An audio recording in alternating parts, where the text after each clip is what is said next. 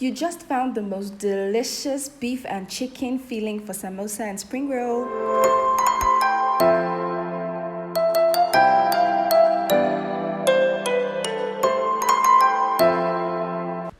Hello DIYers, welcome back to my channel. And to recreate this recipe, you're going to need some chicken, you're going to need some beef, you're going to need some onions, salt, some spices, cabbage and carrots. So first things first, you're going to turn the chicken into a pot. We're basically spicing and seasoning it up so that we'll boil it and then debone.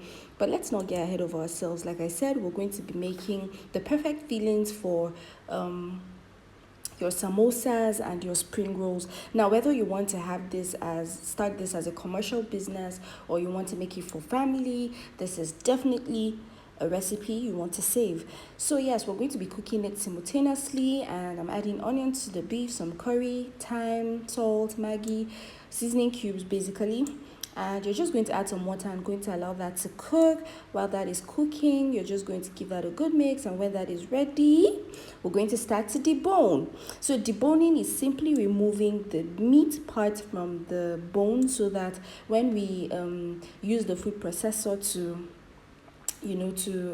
blend or pieces the meat, then it would be easier and it wouldn't harm the blades. If you don't have a food processor, you can just buy minced meat directly from the market. But then, because I'm considering the fact that this is DIY and sometimes you don't have some of these things, you can use a blender as well. Whatever it is that you have, or if you have a grater, you can grate the cooked meat and it will also look this way. So this is what you would have. We're just basically processing the meat so that it is shredded into tiny bits like you would see in the video. So I'm going to do the same process for the chicken as well. And if you would want a perfect recipe for making the spring roll and samosa wraps, you can check my channel. I have a very simple and straightforward recipe that is going to totally blend with this particular filling. So I'll drop the link in the description box so you can always check it out. So once that is finally done, we're done grating both the beef and the chicken. This is what it looks like. You can see how beautiful and finely minced it is. Then we're going to start to make our filling. You're going to heat up some vegetable oil in a pan.